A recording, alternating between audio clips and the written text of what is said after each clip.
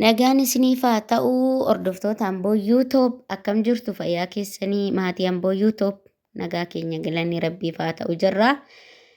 Baga jiraattanii isiniin jennaa warri hordoftoota Amboo YouTube hin ta'in sabiskiraayib sheer godhuudhaan nutti dabalamaa isiniin jechuun jaaladha.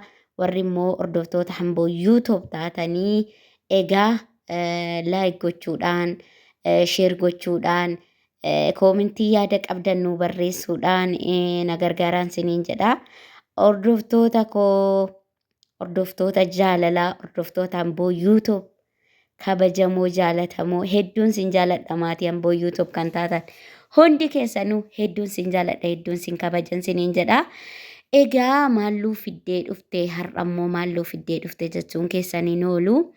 Egaa wanni isinii fidee dhufee har'aa wardaan isinii fidee dhufe jechuudha. Akkuma kanaan dura viidiyoo wardaa kan Abiraamii hojjadhee isinii fide sana amma immoo kan wardaan hojjadhee isinii fide jechuudha hordoftoota kiyyaa.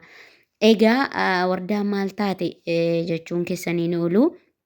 Egaa wardaa wanti taate akkuma kanaan dura argitan viidiyoo kanaan dura irratti mucayyoon abbaa manaashii irraa akka sanatti jaanjessitee akka sana gootee akkuma argitan sana ammallee wardaa fi sumayyaatti dabartee egaa wardaa fi sumayyaa akka ishiin gootu viidiyoo kana keessatti suuta jettanii yoo viidiyoo kana laaltanii hanga dhumaatti daawwattanii jettan hordoftoota kiyya irraa argitu jechuudha waan namni nama godhu. Egaa kunoo akkanatti wardaa dura sumayyaa wanta igoggootee sumayyaa kaaftee sumayyaa fi wardaan otoo wal bira taa'anuu sumayyaa wanta igootee wardaa biraa kaaftee jechuudha.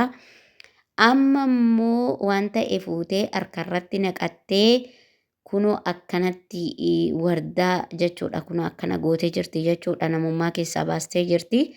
Akkana gootee jirti jechuudha hordoftoota kiyyaa.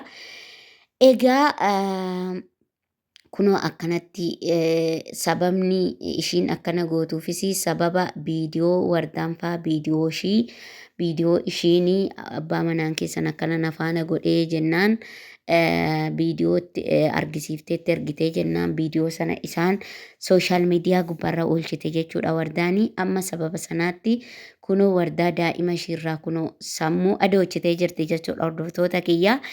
Egaa namni yeroo kana bineensa ta'ee jira jechuudha hordoftoota kiyyaa. Namni bineensa ta'ee jira.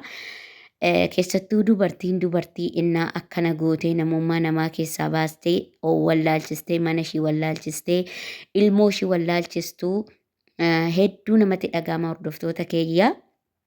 Hedduu tokko namatti dhagahama.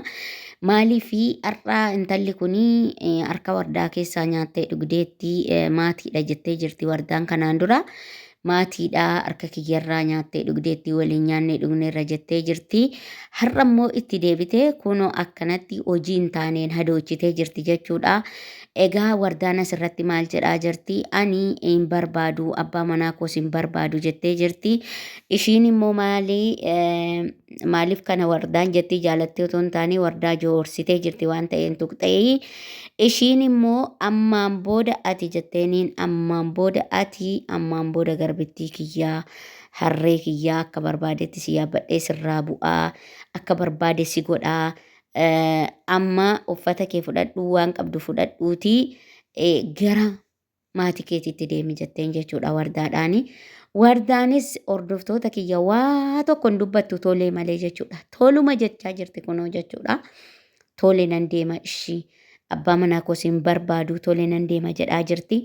Hordoftoota kiyyaa egaa warri namni tokko namarraa hoo dhalate namaaf du'aa godhaaf jechuudha wardaadha. Wardaan kun miskiina waggaa kanas waggaa lamaan kanas yeemaniitti akkanatti hojiidhuma akkanaa kanaan miidhaa namaan irra gahaa ture dararamaa turte jechuudha.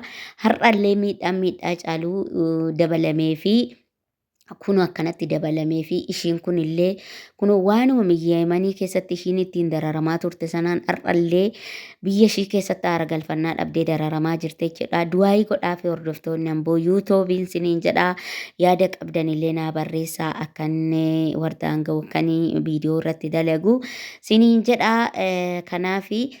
Kunoo wardaadha du'aayii godhaan siniin jedha akkanatti kunoo raatessitee ilmaan shiirraallee abbaa manaa shiillee dhabsiiftee jirtin siniin jedha wardaa fi sumayyaa akkana goote kunoo addaayyaastee jirti jechuudha. Kanaaf hordoftoota kiyyaa gara rabbii ofiitti bichaadha rabbii ofii bichaadha malee ilmi namaa waan meeqaan nama tuqaa garuu rabbiin homaa naman godhu. Egaa kanarraa siin fayyitee bilisa baati wardaanii kan Yemanii sanayyuu hin dandamatte kan Yemanii sanayyuu adagaa meeqarra dabarte waan ta'eef isa kana immoo rabbiin hin dandamachisa waan ta'eef du'aayii godhaafis siniin jedha. Viidiyoon har'a ani dalage kana fakkaata hordoftoota kiyyan siniin jedha. Egaa sabiskiraayib sheer godhaa warri sinitti toleen siniin jedha.